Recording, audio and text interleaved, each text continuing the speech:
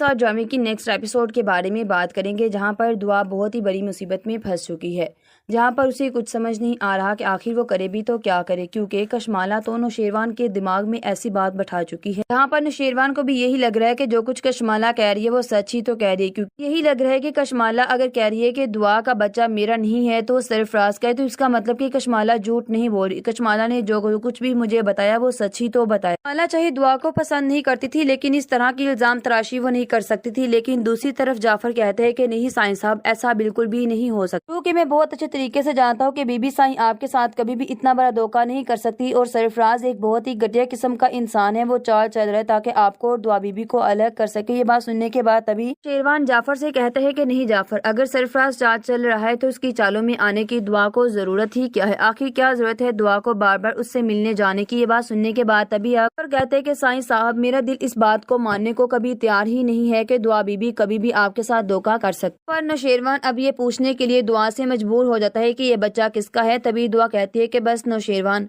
मैं सब कुछ बर्दाश्त कर सकती थी, लेकिन अपने किरदार उठी उंगली कभी भी बर्दाश्त नहीं कर सकती। पहले तो आप मेरी किरदार कशी करते रहे, लेकिन मैंने आपको कुछ भी नहीं किया, लेकिन अब आप इस बच्चे पर आ गए। आपको जरा भी सोचते हुए शर्म नहीं आई क्या बात मुझसे करने के लिए जा रहे? ये बात सुनकर तभी अब सरफराज के बारे में नौशेरवान कहते हैं कि क्या तुम्हें उसके साथ ये सब करते हुए शर्म नहीं आई थी? ये बात सुनकर तभी दुआ कहती है कि बस, अगर आप मुझे अपनी जिंदगी में नहीं रखना चाहते, अपनी जिंदगी से निकालना चाहते हैं तो मैं चली जाती हूँ। कशमाला ने सच ही कहा था कि वाकई नौशेरवान मेरा दिल बहलाने के लिए यहाँ पर मुझे लेकर आए हैं। आपने बच्चे की खबर सुनी है, आप तो न जाने किस तरह का रवैया मुझसे इख्तियार किए हुए हैं। ये बात सुनने के बाद तभी नौशेरवान कहते हैं कि बस, अपनी गलतियों पर पर्दा डालने के लिए मेरे को गंदा करने की बिल्कुल भी जरूरत नहीं है। ये बात सुनने के बाद तभी दुआ अपना सामान पैक कर लेती है। नौशेरवान कहते हैं कि याद रखने बाद इस घर का रुख करने की तुम्हें जरूरत नहीं, और ना ही तुम्हारी इस घर में जरूरत है। ये बात सुनने के बाद तभी दुआ कहती है कि आप फिक्र मत करिए, मैं इस घर का रुख कभी भी नहीं करूंगी, लेकिन हाँ, जिस दिन आपको हकीकत का पता चल जाएगा तो यकीन करें कि आपको भी इस घर से नफरत हो जाएगी जहाँ पर मैं मौजूद नहीं होंगी। ये बात सुनने के बाद तभी नौशेरवान है कि ऐसा कभी भी नहीं होगा, क्योंकि तुम्हारी हकीकत पहले तो मैं नहीं जान पाया था, लेकिन अब तुम्हारी हकीकत में जान पाया हो कि तुम वाकई आज भी सरफराज से ही मोहब्बत करती हो।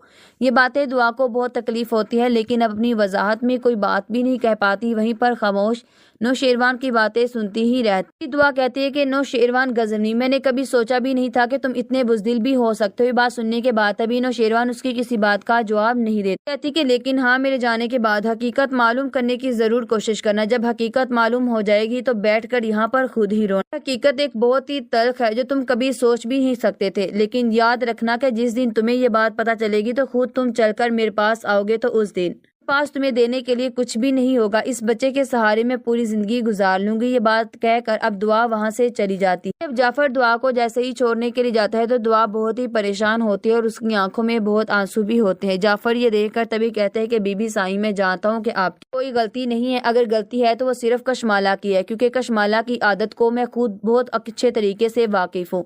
ये बात सुनकर तभी कहती है कि अच्छा, तुम इस घर में इतना टाइम गुजार चुके हो और तुम कशमाला की आदत से वाकिफ हो चुके। इतना टाइम गुजारने के बाद तुमने सरफराज कशमाला की नेचर को खूब अच्छे तरीके से जचा है, लेकिन तुम्हारे साईं साहब को आखिर क्यों समझ नहीं आई? तुम्हारे साईं साहब का इन दोनों के साथ वक्त ज्यादा गुजरा। ये बात सुनने के बाद तभी जाफर कहता है कि न जाने क्यों साईं साहब कशमाला बीबी की बातों में आ रहे। साईं साहब को बारहा समझा चुका हूँ, लेकिन नहीं, वो तो अपनी ही जिद पर कायम है और वही सुन रहे हैं, वही सोच रहे हैं जो कि कशमाला आजकल उन्हें कह रही है। बात सुनने के बाद तभी दुआ कहती है कि जाफर, मेरी मदद कर सकते हो? ये बात सुनने के बाद तभी जाफर कहते हैं कि हाँ बीबी साईं, आप हुक्म करें। दुआ कहती है कि आप बस, तुम्हें दुआ कहती है कि नौशेरवान के कहने पर नहीं बल्कि मेरे कहने पर सरफराज और कशमाला पर नजर रखनी होगी। ये बात सुनने के बाद तभी कहते हैं कि आप फिक्र मत करें, आपका काम हो जाएगा, आपको फिक्र करने की बिल्कुल भी जरूरत नहीं, आपके कहे बगैर ही ये मैं काम कर सकता था, और वैसे भी पहले भी मेरी नजर उन दोनों पर ही है। ये बात सुनकर तभी अब दुआ कहती है कि हाँ, जितनी जल्दी हो सके इन दोनों के राज के बारे में मालूम करना होगा कि आखिर बात क्या है इन दोनों के दरमियान,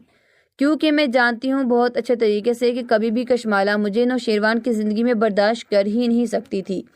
اسے مجھے بہت ہی زیادہ جلن ہوتی تھی، میں جانتی تھی، لیکن اب جب سے اسے یہ بات کا پتہ چلا ہے کہ نوشیروان کے بچے کی میں ماں بننے والی ہوں تو اس نے پتہ نہیں اور کچھ ہی ٹھان لیا ہے۔ تبھی اب جعفر جیسے ہی دعا بی بی کو گھر ڈراپ کرتا ہے تو ان کے ساتھ گھر بھی چلا جاتا ہے۔ یہ دیکھ کر اب اسلم اور فہمیدہ بہت ہی حیران ہوتے ہیں۔ جعفر کہتے ہیں کہ سائیں صاحب کو کچھ ضروری کام تھا، اس لیے دعا بی بی کو ریسٹ کی بہت ضرورت تھی۔ آپ نے کہا کہ میں دعا بی بی کو ان کے اپنوں کے پاس سو رہا ہوں۔ یہ بات سننے کے بعد دعا بہت ہی حیران ہوتی ہے کہ اس طرح سے جعفر نے اس کنڈیشن کو ہینڈل کیا ہے۔ دعا بہت پریشان ہو رہی کہ اماں ابا کو جا کر وہ کیا بتائے گی، ان کے آگے کوئی جواب کیا دے پائے گی بھی یا نہیں۔ اس طرح جعفر نے سب کچھ ہینڈل کیا، وہ دیکھ کر بہت ہی زیادہ شاک تھی۔ تبھی اب جعفر کو دروازے تک چھوڑنے کے لیے جاتی ہے، تبھی کہتے ہیں کہ جعفر تمہارا بہت شکریہ، تم نے تو میری تمام پریشانیوں کو حل کر دیا۔ جعفر کہتے ہیں کہ بی بی سائیں کسی بھی چیز کی ضرورت ہوئی تو کال ضرور کریے گا، اور ویسے بھی آپ کو پریشان ہونے کی ضرورت نہیں، اس کا بھی انجام بہت ہی جلد آپ دیکھیں۔ کشمالہ کی فکر مت کرے، کشمالہ کا تو وہ انجام ہوگا کہ آپ نے کبھی سوچا بھی نہیں ہوگا۔ جتنی دفعہ اس نے آپ پر اٹیک کروایا ہے، اس کے بعد آپ کو لگتا ہے کہ یہ کبھی بھی بچ پائے گی، بالکل بھی نہیں، نظروں سے کبھی بھی نہیں نکل سکتی۔ تبھی اب جعفر اپنے ملازم کو کشمالہ کے پیچھے لگا دیتا ہے، کیونکہ سرفراز کے پیچھے شیروان کے کہنے پر بھی تو سرفراز نے لگایا تھا، کیونکہ نوشیروان نے ہی کہا تھا کہ سرفراز کے پیچھے پوری پیرواری کرو کہ آخر وہ کیا کرتا ہے، کہاں پر جاتا ہے، کس کس کے ساتھ اس کی ملاقاتیں ہوتی ہیں۔ سے دعا وہاں سے چلی جاتی ہے اور کشمالہ تو بہت خوش ہوتی ہے، لیکن کشمالہ کو یہ بات نہیں پتا تھی کہ اگر وہاں پر وہ اس سے ملنے کے لیے آ سکتا ہے تو پھر اسے وہاں پر بھی تو جانا چاہیے، کیونکہ دعا وہاں سے بھی تو اپنے گھر سے باہر نکل سکتی ہے۔ یہاں پر بچھایا گیا جال سارا وائنڈ اپ ہونے والا ہے صرف کشمالہ کی وجہ سے۔ کشمالہ تو بہت ہی زیادہ خوش بھی ہوتی ہے۔ جعفر کا ملازم جیسے ہی کشمالہ کا پیچھا کرتا ہے تو اس کا ایک ملازم وہیں پر سرفراز کا پیچھا بھی کرتا ہے۔ یہاں پر اسے سرفراز کی حرکتیں کچھ مشکوک نظر آتی ہیں۔ سرفراز کے بارے میں جیسے ہی نوشیروان اسے